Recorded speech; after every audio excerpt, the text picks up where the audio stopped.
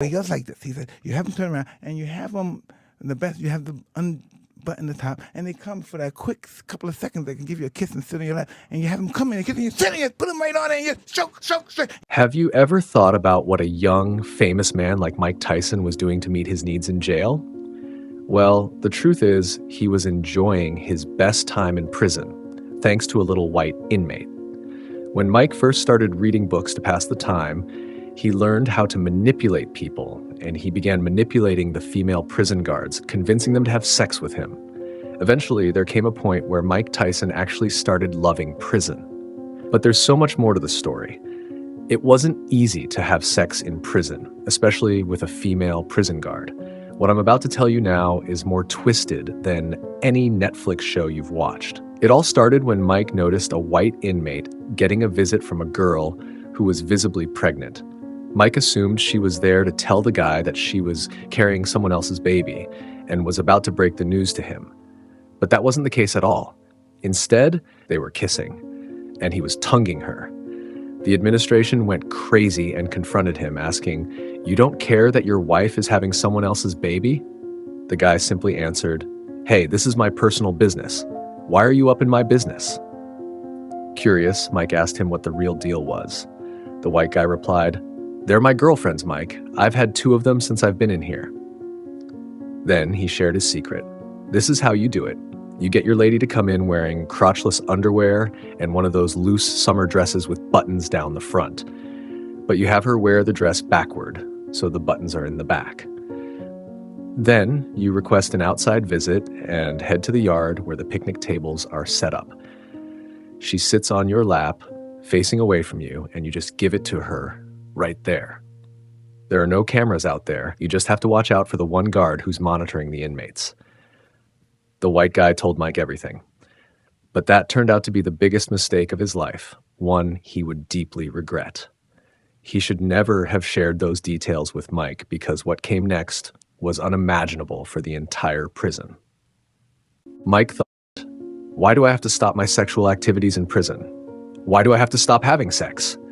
Instantly after that, he'd go through his fan mail and pick out the girls he liked the most. He'd write back to them, "Hey, would you be interested in visiting me? I'll send you a ticket." Mike would give them all the instructions about the loose dress and the crotchless underwear. They probably thought they were just going to do some light fooling around. But when the first girl came, Mike was already sitting in the outside yard. He couldn't get up to greet her because he was sitting there focusing on keeping himself prepared. She came over, kissed Mike, and he turned her around and boom. She could have had AIDS or anything, but Mike was just reckless. He flopped her on top of him without a condom in broad daylight. After a while, he had it down to a science. As soon as the girl got on his lap, he'd hold her hand and start stroking, so the guards couldn't even see that she was moving. If you're doing it too hard, she'd bounce up like she was on a trampoline, and that wasn't going to work. Mike started getting a lot of sex from many different women. One day, this girl from England showed up wanting to see Mike. She was a girl that Red had been corresponding with.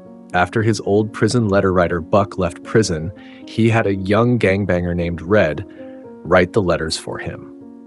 So Red was in the prison hole then and told Mike to go out and see her.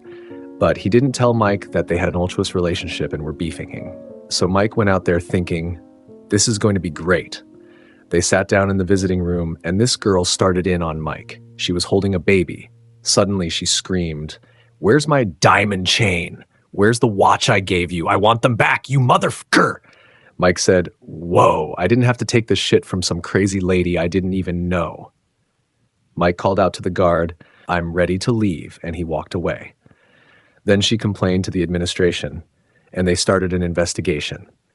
The guy handling the case came to Mike and said, "You don't know this girl, do you? She never gave you any jewelry, right?" He knew Mike had something to do with it, but they didn't want any heat from internal affairs. Mike said, "No, sir, I don't know anything about any of that. I never wrote that girl." The prison was very concerned that they might get sued, but they did some more investigating, caught Red, and shipped him out. At that time, the whole prison was taking advantage of this secret sex method until Mike got stupid. One day, he couldn't control himself. He was just laying it down and going for it.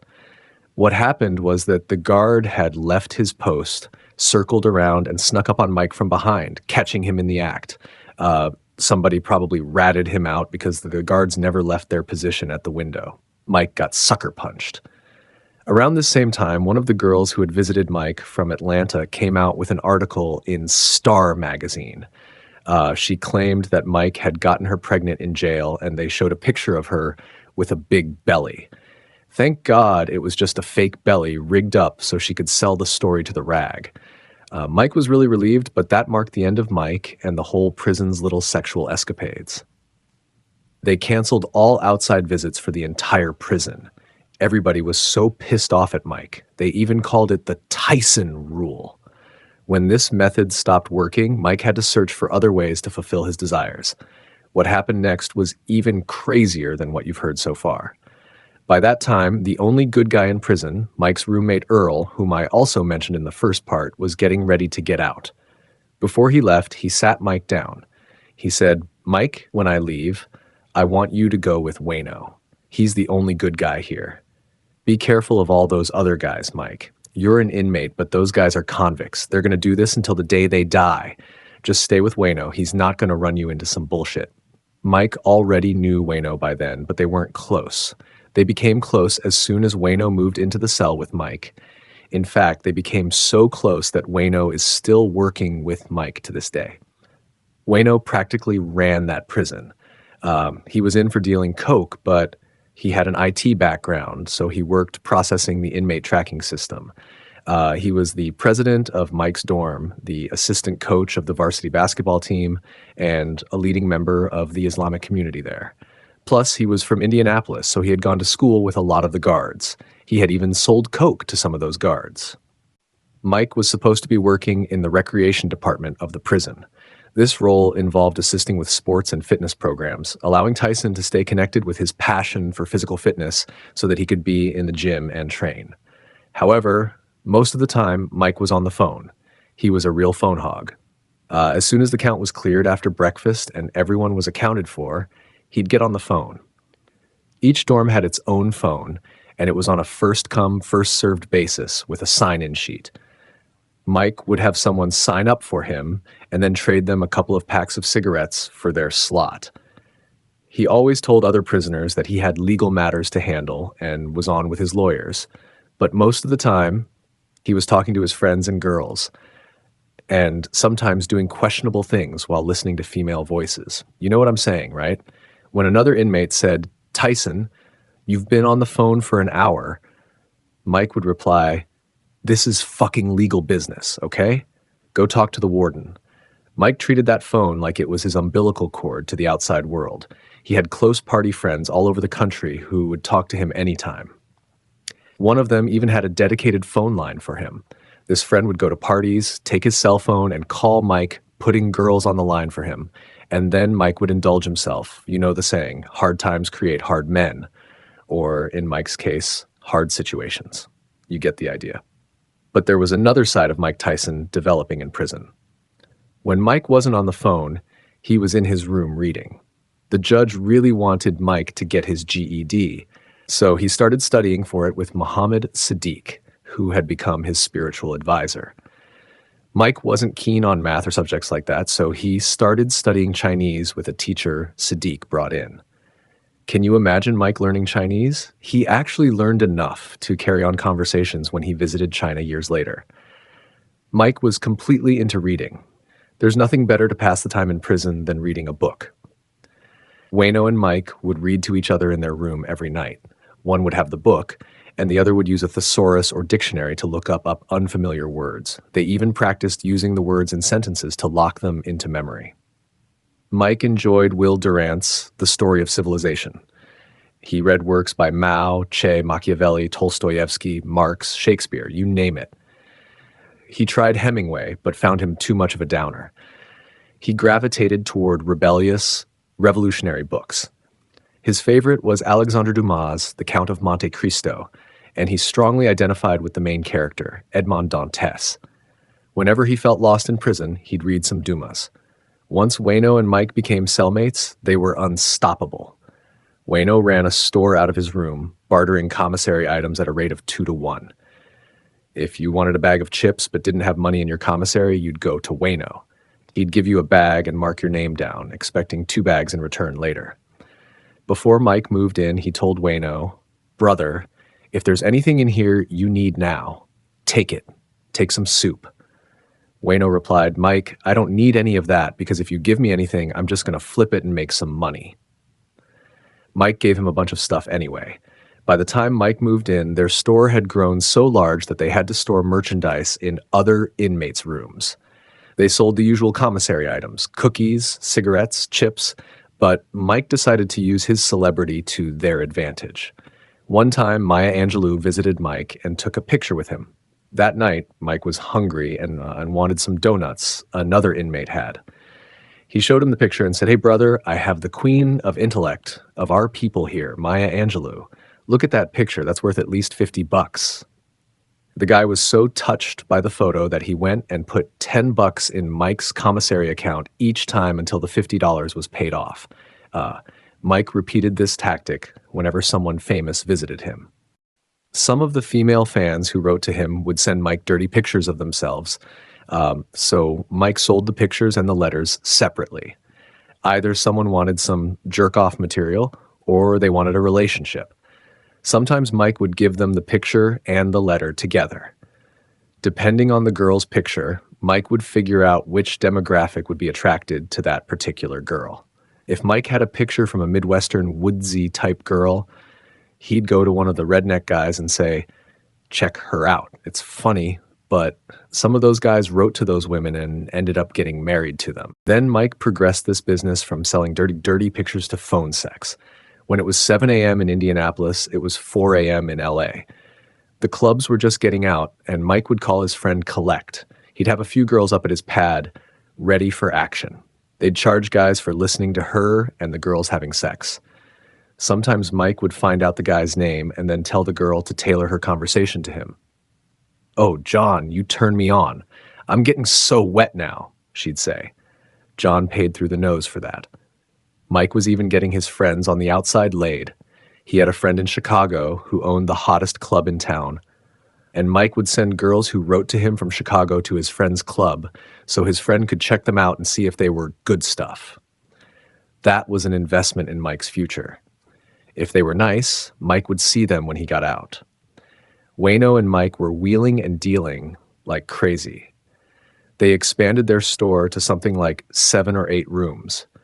Wayno kept the records, and if someone was reluctant to pay them back, Mike was the enforcer. "Motherfucker, give me my money," Mike would say, paying them a little visit. Needless to say, even if they had to borrow from someone else, Mike got paid. Mike and Wayno were living like kings. Wayno had all these connections to the Aryan guys who worked in the kitchen and to some of the corrupt guards who'd smuggle shit in for the inmates. So you'd never find Mike in the chow hall unless they were serving ice cream. Most nights, they'd just chill in their room, and the guards would deliver whatever food they ordered: pizza, Chinese food, Kentucky Fried Chicken, White Castle, whatever. Sometimes they even ate lobster and barbecue.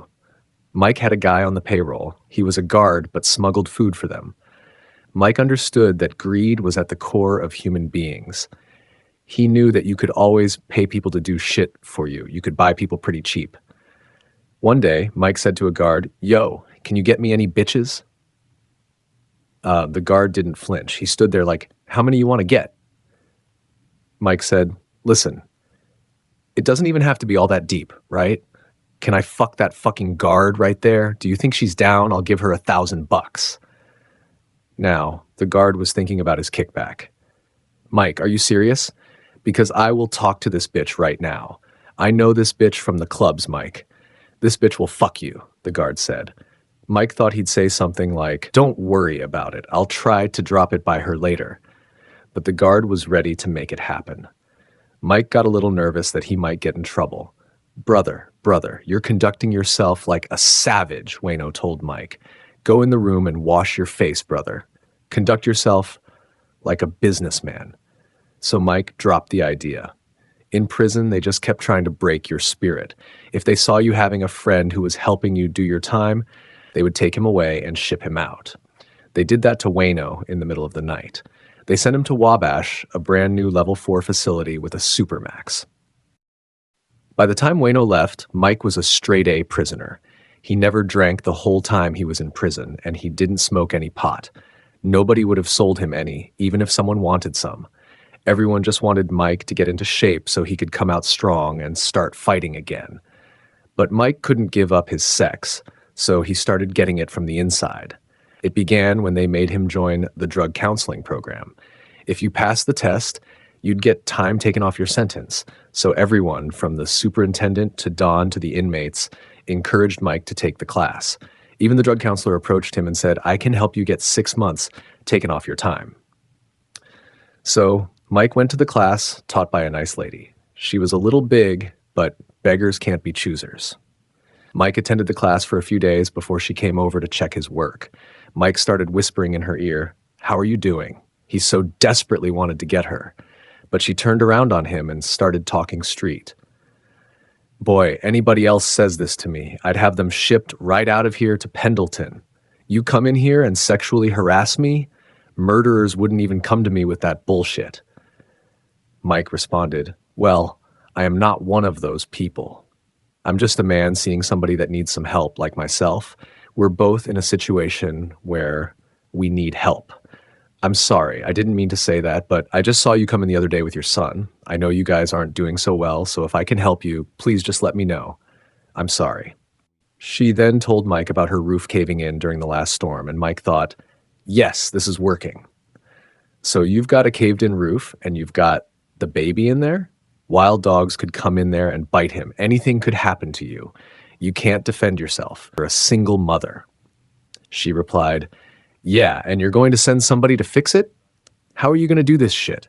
Mike said, "Just give me your address, and there will be a package there tomorrow." Mike ran right to the phone and called a friend in Chicago, telling him to get her 10 grand by the morning. The next day, she came in wearing a pretty dress, nice makeup, and a big smile. Mike thought, "Ah, shit!" She said, "How are you doing today, Mr. Tyson?" Mike guessed she got the package. He got so nervous because he didn't know what was going to happen next. They were in the room by themselves. She said, "You just go over to your usual desk over in the corner. Nobody can see it from the window. I'm going to bend over to correct your work, and you just stand behind me, all right?" Mike said, "Cool, cool." He was so nervous he couldn't get hard. He was worried it might be a setup. While they were trying, Mike kept looking around to see if there was a hidden camera somewhere.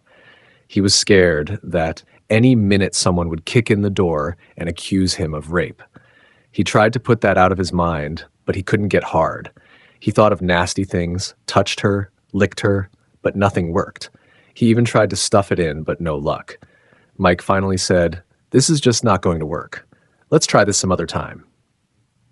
He went back to his dorm, but she called him later that day, and it worked out that time. Once they started, they couldn't get enough. She kept calling him back to the room. "Tyson to the school," Mike would hear on the loudspeaker. She'd call him back 3 times a day. She even called him while he was doing his road work. Mike had to tell her, "No, you can't call me when I'm running, baby. It's the only time I've got to run." If anyone asked why Mike was putting so much time into the class, she'd just say, he needs to finish his preparation for his test. She was a heavy girl, too. Mike had to pick her up and put her against the wall. Thank God Mike had been lifting weights. After a while, they did it on the desk and on the floor. Mike was having so much sex that he was too tired to even go to the gym and work out. He'd just stay in his cell all day. So guys, that was it for this video. Thank you for watching.